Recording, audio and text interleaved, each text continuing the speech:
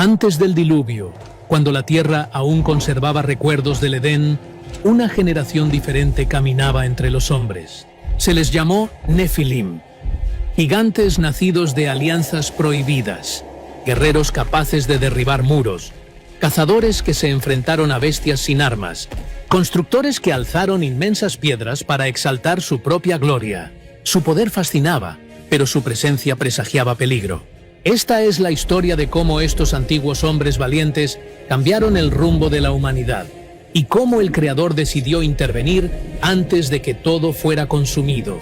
Pero antes de que estos gigantes pudieran dominar los valles y los corazones de los hombres, algo tenía que suceder. Para comprender el origen de los Nefilim, debemos remontarnos al principio, cuando las primeras familias intentaron reconstruir sus vidas fuera del Edén. Entre el duelo por la sangre de Abel y la lucha de Caín por dejar su huella, la humanidad dio sus primeros pasos en un mundo ya manchado por la culpa. Un paisaje silencioso que, sin saberlo, allanó el camino para las fuerzas que lo cambiarían todo. Imagina un mundo aún joven, pero ya marcado por profundas cicatrices. El jardín donde todo comenzó quedó atrás, rodeado de querubines que custodiaban el camino de la vida. La tierra, recién salida de las manos del Creador, ahora soportaba el peso de la primera sangre humana derramada.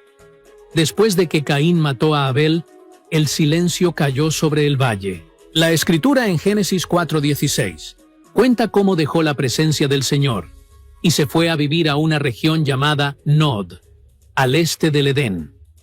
Allí, el suelo era duro y el viento parecía recordarle cada decisión que había tomado. Aún así, Caín no se dio por vencido.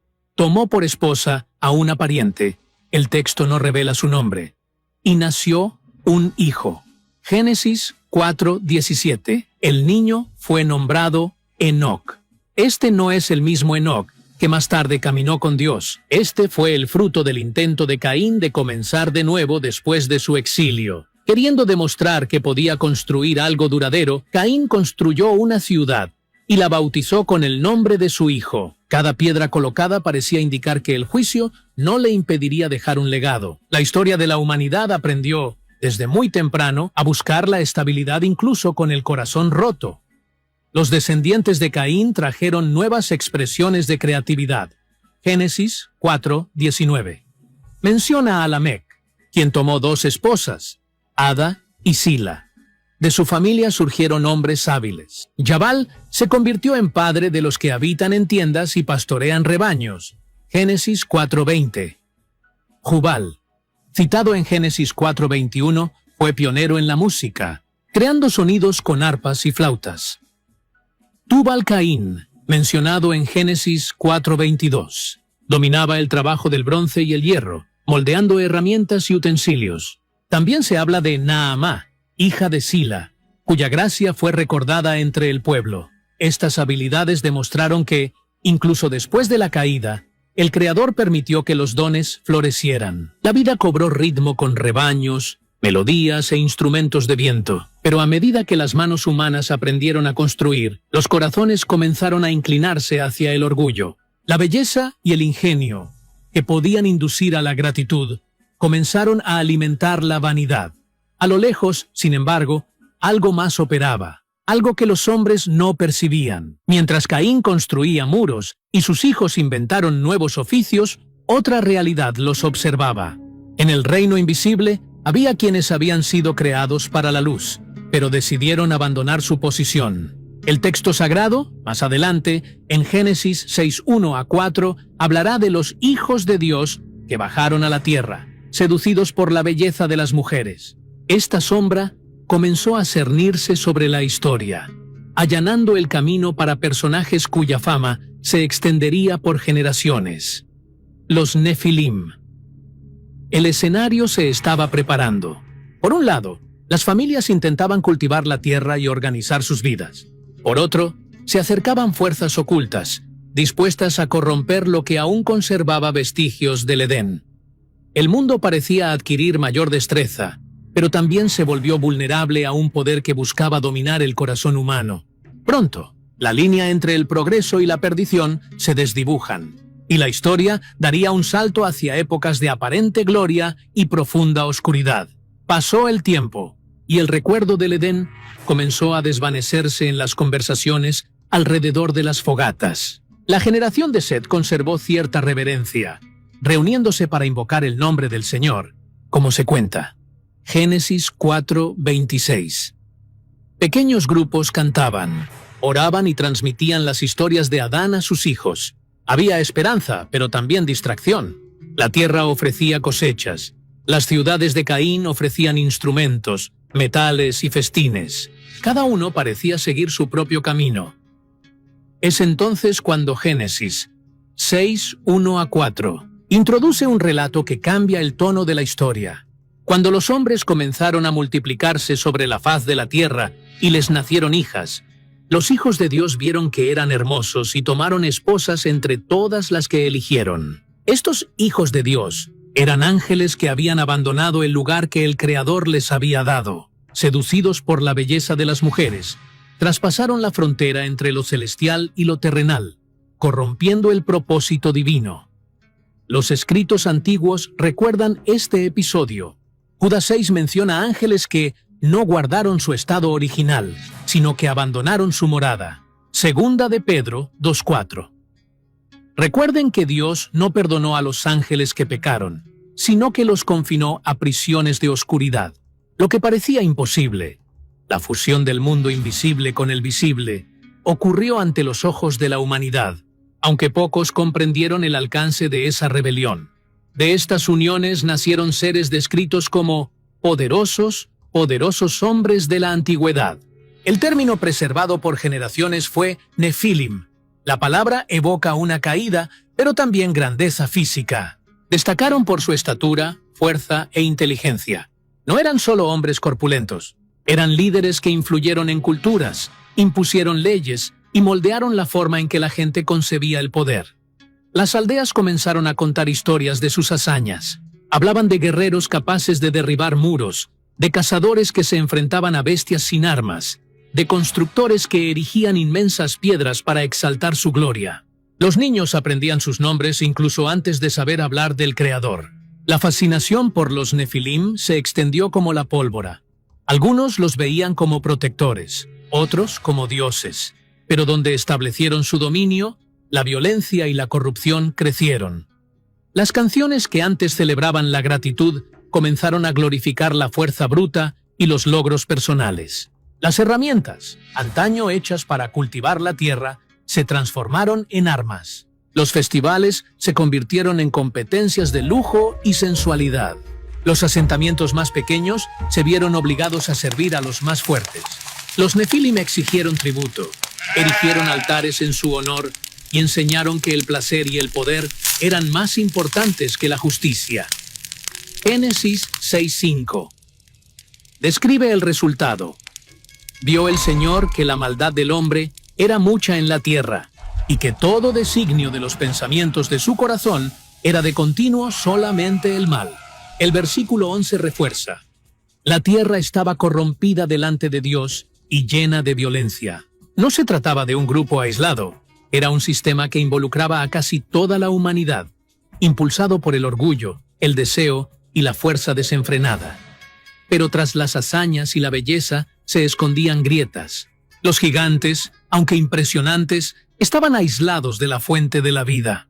Con cada nueva generación, se volvían más crueles, más sedientos de dominio. Familias enteras sufrieron bajo sus manos. Los altares dedicados al Creador fueron reemplazados por monumentos a los héroes de la época. Y mientras el mundo los aplaudía, el cielo veía sembrarse las semillas de la destrucción. Aún así, no todos se doblegaron. Hubo corazones que, incluso con miedo, siguieron buscando al Señor. Voces bajas insistían en que el verdadero poder residía en la fidelidad al Creador, no en la fuerza de los Nefilim. Esta minoría, sin embargo, parecía cada vez más pequeña ante el avance de una cultura marcada por el orgullo. El drama estaba preparado. La tierra prosperaba con ciudades e inventos, pero estaba gobernada por manos que no conocían límites. La violencia inundaba los campos y las calles, y, sobre todo, un Dios justo observaba. listo para intervenir antes de que el mal consumiera todo lo que aún podía salvarse. Pasaron los años, y lo que comenzó como mera curiosidad por los hombres poderosos se convirtió en dominio absoluto. Los Nefilim dejaron de ser figuras admirables para convertirse en señores de tierras, ríos y ciudades. Cada aldea tenía su propia historia de opresión. Tributos cobrados por la fuerza, familias subyugadas, cosechas robadas antes de que maduraran. El miedo era la moneda que sustentaba su poder. Se erigieron monumentos colosales para conmemorar sus nombres. Se erigieron bloques de piedra en las orillas del valle, donde los escribas registraron hazañas de guerra y caza. Los niños aprendieron, desde pequeños, a repetir leyendas sobre la valentía de estos gigantes, mientras que la reverencia al Creador desapareció casi por completo. Las plazas se llenaron de imágenes que imitaban sus rasgos y se ofrecían sacrificios para ganar su favor. La vida cotidiana se volvió frágil ante tal arrogancia. Pequeños asentamientos fueron desplazados para dar paso a fortalezas. Quienes se resistieron fueron arrastrados a la servidumbre. Lo que antes era música que celebraba la vida, ahora servía para exaltar victorias sangrientas. Los festivales se mezclaron con oscuros rituales, donde la pureza y la justicia se consideraban debilidades. La violencia dejó de ser la excepción y se convirtió en la vía más rápida al prestigio. Los jóvenes fueron entrenados para complacer a sus jefes, aprendiendo que el poder valía más que la compasión. Las mujeres eran vistas como premios, los ancianos, descartados, el ganado, explotado sin miramientos.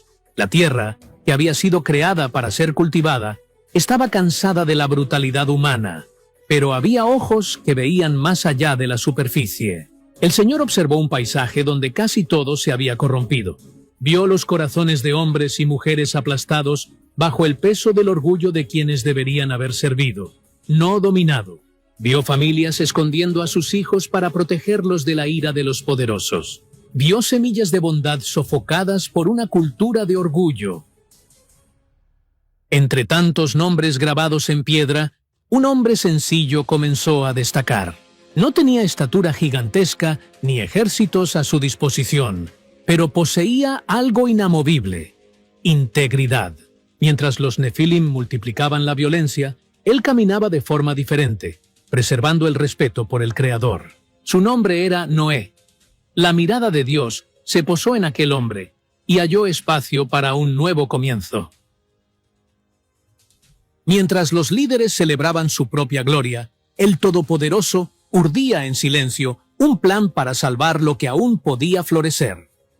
El mundo lo desconocía, pero la historia estaba a punto de entrar en su momento decisivo. Se anunciaría el juicio, y con él, la promesa de preservación para quienes confiaran en la voz del Señor. Mientras la violencia y el orgullo dominaban las ciudades, un hombre vivía de forma diferente. Noé trabajaba en el campo con sus hijos, cuidaba de su familia y mantenía su corazón inclinado hacia el Creador. No poseía la estatura de los Nefilim, ni el aplauso de las multitudes, pero tenía algo más valioso: un carácter recto. Su vida tranquila contrastaba con el tumulto de la época. El Todopoderoso, al observar la propagación de la maldad, decidió purificar la tierra. Llamó a Noé y le reveló el plan. Un diluvio cubriría el mundo, pero habría una salida para quienes confiaran en su palabra. Era hora de preparar un gran barco. El Señor describió la estructura: madera robusta, varias divisiones internas, paredes selladas para contener las aguas. Su tamaño era inmenso, lo suficientemente grande como para albergar personas y animales. Noé recibió sus instrucciones y valientemente se puso a trabajar. Escogió los árboles, cortó los troncos, preparó la madera y marcó las vigas. Sus hijos, Sem, Cam y Jafet, le ayudaron diligentemente, aprendiendo cada medida. El arca creció lentamente, llenando todo un valle. Cada golpe del hacha era un testimonio silencioso de fe. Pronto, la gente se dio cuenta de lo que estaba sucediendo. Los hombres se acercaron, riendo, preguntando si Noé pretendía navegar por tierra firme. Las mujeres se burlaron, diciendo que la familia había perdido la cabeza. Incluso los Nefilim acudieron a ver la construcción. Algunos observaban con desprecio, otros con ira, pues no soportaban ver a nadie confiar en algo superior a su poder. Uno de ellos incluso amenazó con destruir el barco, pero se rindió ante la firmeza de Noé y sus hijos, quienes custodiaban la construcción con determinación. Pasaron los años, y el arca quedó terminada. Tenía 3 pisos, un techo que dejaba entrar la luz y una puerta lateral lo suficientemente amplia como para que entraran los animales. El interior estaba organizado con compartimentos, espacios para comida, semillas, herramientas y nidos. Era más que un refugio, era un símbolo de que Dios preservaría la vida. Entonces, el Creador le ordenó a Noé que reuniera representantes de cada criatura, parejas de cada especie y de los animales puros, 7 parejas.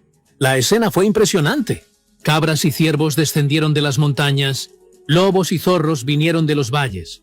Las aves cruzaron el cielo en filas. Animales salvajes, domésticos e incluso pequeños insectos parecían obedecer una orden invisible. La gente observaba con asombro, pero aún así, sus corazones se endurecieron.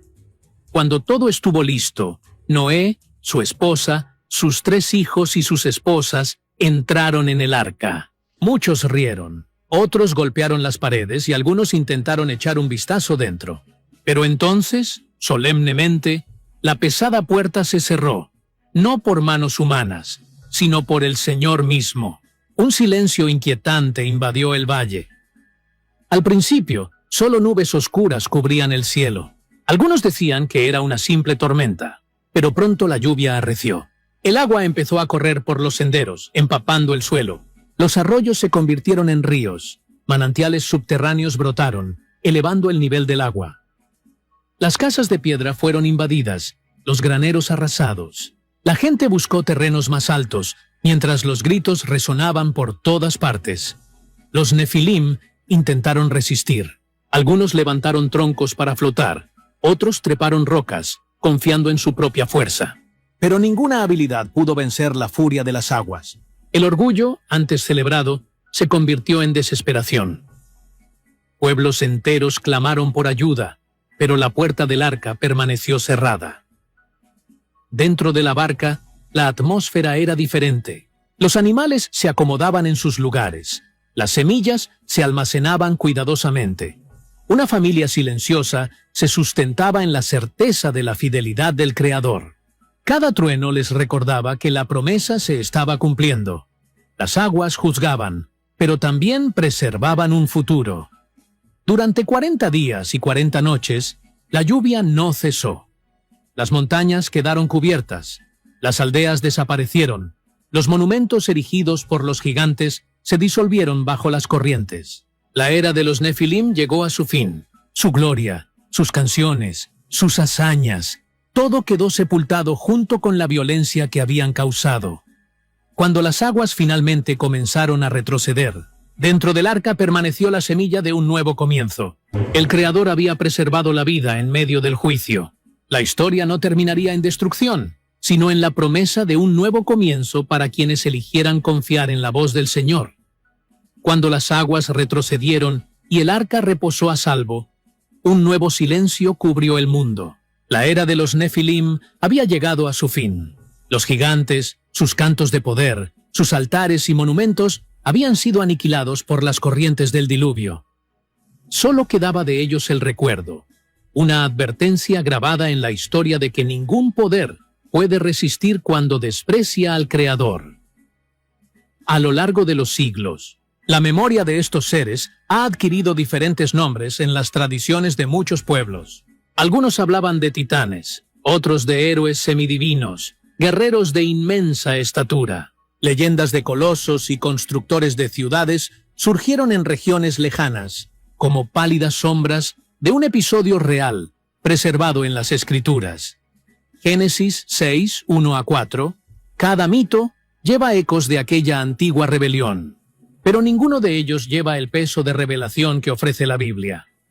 Existieron porque hubo una frontera violada, un momento en que seres creados para la luz decidieron descender y corromper lo que Dios había hecho.